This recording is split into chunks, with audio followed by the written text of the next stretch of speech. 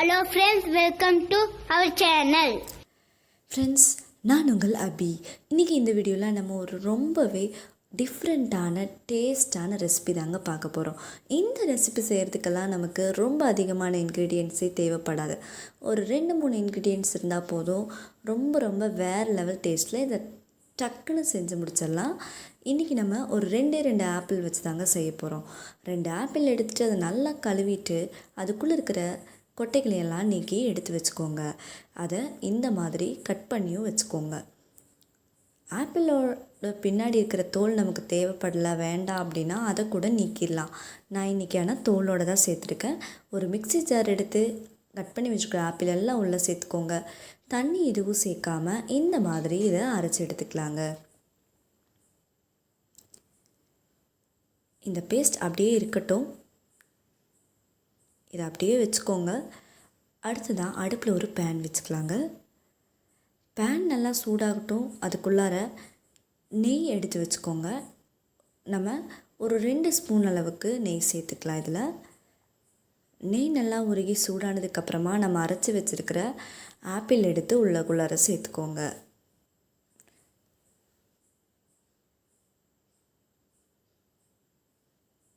உள்ளார சேர்த்துட்டு அடுப்பை ஒரு மீடியம் ஃப்ளேமில் வச்சா போதும்.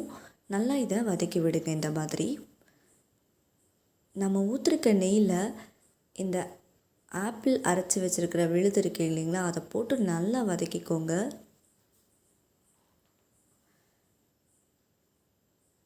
இப்போ பாருங்கள், இது நல்லாவே வதங்கிட்டுருக்கு. ஸ்மெல் பார்த்துட்டோம்னா ரொம்ப அருமையாக இருக்குது.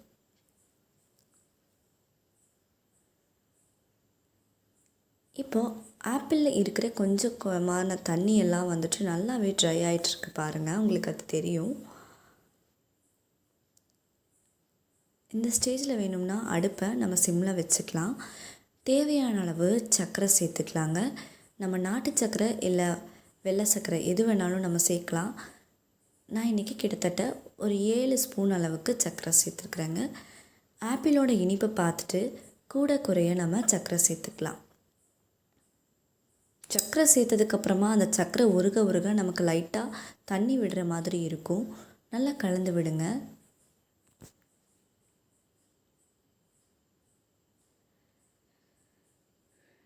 இது அப்படியே இருக்கட்டும். அடிக்கடி மட்டும் கரண்டியை வச்சு கலந்து விட்டுக்கோங்க. இதெல்லாம் செய்கிறது ரொம்பவே சுலபம்தாங்க.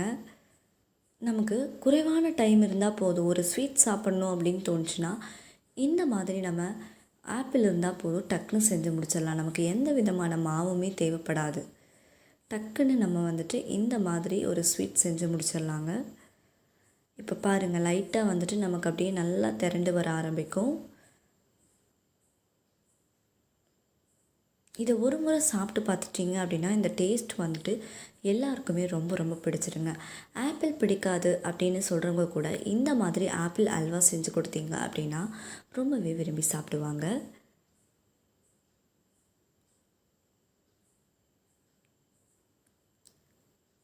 இதோட பக்குவம் என்ன அப்படின்னா, இந்த மாதிரி நீங்கள் நல்லா கலந்து விடும்போது நமக்கு பேனில் ஒட்டாமல் இந்த மாதிரி நல்லா திரண்டு வரணும்.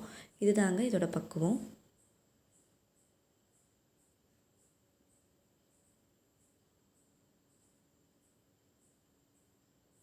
இன்னும் ஒரு கொஞ்ச நேரம் மட்டும் இருக்கட்டும். அப்படியே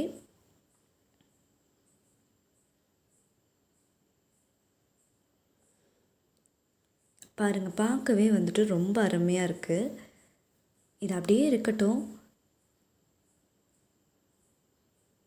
அதை அப்படியே கீழே இறக்கி வச்சுருங்க.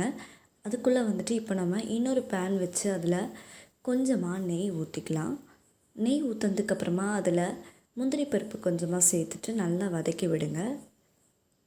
நம்ம ஊற்றிருக்க நெய்யில் இந்த முந்திரியெல்லாம் நல்லா வதங்கட்டும். இப்போ பாருங்கள், முந்திரி வறுபட்டுருச்சு. ஸ்டவ் ஆஃப் பண்ணிக்கோங்க.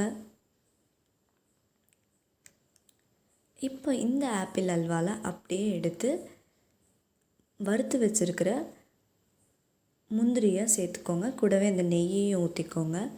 ஊற்றிட்டு நல்லா இதை மிக்ஸ் பண்ணி விடுங்க.